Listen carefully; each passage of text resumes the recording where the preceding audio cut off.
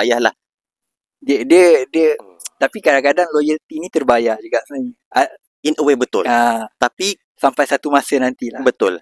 Dia kadang-kadang kan kita mungkin aku tua kot. Aku dah tua kot. Jadi aku nampak bayaran loyalty ni dia bukan sekadar duit. Faham? Macam contoh kau nak datang lewat, bos kau tak marah. Okey. Betul tak? Faham. Lepas tu kau nak cuti, approve bila-bila masa. Freedom lah.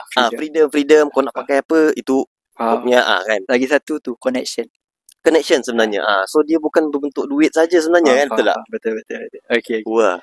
So hal kerja settle lah. At least orang dapat sikit perspektif. Betul lah. So sekarang kita nak pergi kat hobi kau. Apa band kau ni sekarang? Okay, sekarang ni aku main untuk satu band je, Defaulters. Okay.